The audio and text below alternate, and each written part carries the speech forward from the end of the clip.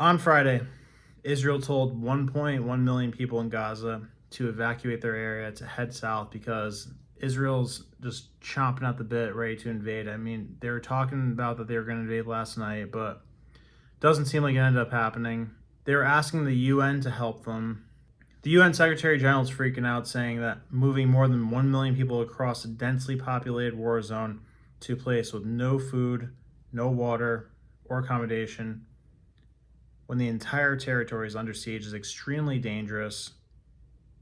In some cases, simply not possible. Now, keep in mind that as of last Monday, Israel put a blockade on the entire region of Gaza, shutting off their electricity, blocking any food or water from entering. And this is a population of 2 million people, and the unfortunate part is that only 40,000 out of those 2 million people represent Hamas, the people causing all this chaos. Now, the UN and all sorts of humanitarian organizations like Amnesty International and Norwegian Refugee Council are calling for Israel to rescind the order because, I mean, this is going to get insane. You got 2 million people who are basically starving now, homeless, injured, sick, no water, being used as human shields for this terrorist organization.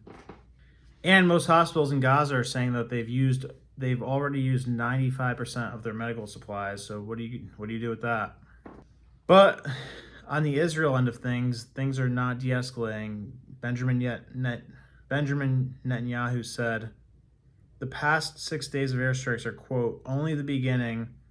I'm not going to give you additional details, but it's only the beginning." Pretty ominous. So about 300,000 Israeli soldiers are already at the border. Some of them are already making their way across for this ground invasion, but it seems like this is only the initial trickle of the flood that's to come. Now take a look at this map.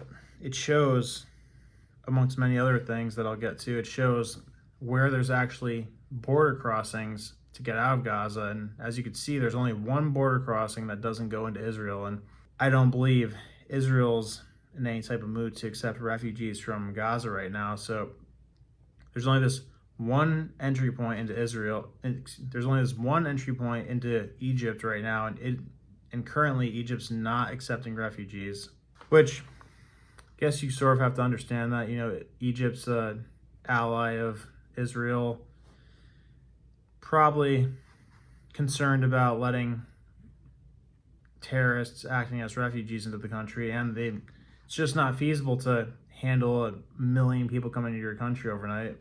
So according to the International Institute of Strategic Studies military balance 2023, Israel has 169,000 active military personnel in the Army, Navy, and paramilitary, and an additional 465,000 in its reserve forces. But it already has 300,000 soldiers at the southern Gaza border, ready to invade at a moment's notice. Now, here's an interesting part, is that this is a strategic nightmare for Israel whenever they do invade, because Gaza, super tiny, high population for the amount of area it is. It's one of the most heavily, densely populated areas in the world. Ready? So it's only 139 square miles, which is slightly twice the size of Washington, D.C., and its border with Israel is only about 36 miles, and then its border with Egypt is about 8 miles. So it's 36 miles going long ways, 8 miles going horizontally. Not a lot of space. And so when you look at this map, the orange that's showing here is the urban areas, meaning the city. So think about that. You have 40,000 people using 2 million people as human shields, and you have to navigate your way through that. And as we saw in the wars in the Middle East, going into an urban area for warfare, absolute nightmare. That's like guerrilla warfare on steroids. Think of all the places to hide, the structures that you have to navigate, the people that aren't actually violent that are going to be used as human shields. Total disaster. And in addition to that, they have 300 miles plus of underground tunnels they've made. So it's a crazy situation because there's not a lot of open space here. So the second you cross that border, you're potentially in the sight lines of somebody who's trying to shoot you. And to make things even worse, you ever hear of Hezbollah? That's the terrorist organization in Lebanon, the country to the north of Israel. So they're also backed by Iran. And on Friday, they said the organization will be fully prepared to join its Palestine ally Hamas in the war against Israel when the time is right. Then on Saturday, Iran's foreign minister called on Israel to stop its attacks in Gaza, warning that the war might expand to other parts of the Middle East if Hezbollah joins the battle, and that would make Israel suffer. The Iran foreign minister also said Hezbollah has taken all the scenarios of war into consideration. Israel should stop its attacks in Gaza as soon as possible. Israel considers Hezbollah its most serious immediate threat because it has an estimated 150,000 rockets and missiles, including precision-guided missiles that can hit anywhere in Israel. The group reportedly has thousands of battle-hardened fighters who participated in Syria's 12-year conflict and has different types of military drones. Where'd they get that?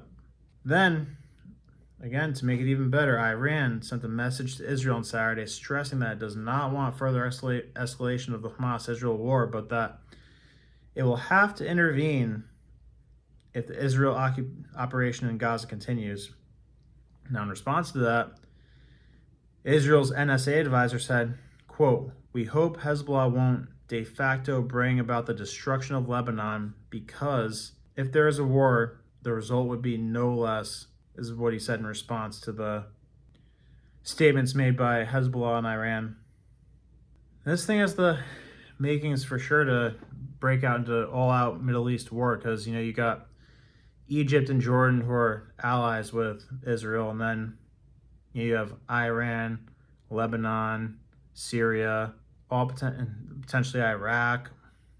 Who knows what Saudi Arabia is going to do? And then earlier in the week, the U.S. sent an aircraft carrier and fighter jets into the region posted up in the Mediterranean Sea to try to deter further escalation. And yesterday, sent a second aircraft carrier to deter Iran and Hezbollah. And now it's coming out that some of the hostages taken by Hamas out of Israel into Gaza were likely U.S. citizens. Now that has the talking heads in the mainstream media saying that, wow, the U.S. might be required and obligated to get involved in this because of that. That is the concerning part, that now there's this momentum, this push towards U.S. involvement in the situation, because if this sparks off, this is like a 10, 20-year situation like we've seen in the past. So basically, the situation is getting absolutely insane more and more every day. There will be no shortage of things to talk about, things that you should know about it. We're living in a time where information is more important than ever before, and accurate information, that is, because we're experiencing information overload. So that's why I'm such a huge supporter of Ground News. I've been following them for years, love the service, and I cannot encourage you enough to use them for yourself. So what it does is it gathers all the news stories from around the world, and it tells you how biased they are. So 73% of the sources reporting this story are Republican, 25% of the sources reporting this story are Democrat. So this sort of tells you what angle is trying to be pushed by what entity. So if Republicans are trying to push a narrative, it's very clear. If Democrats are trying to push a narrative, it's very clear.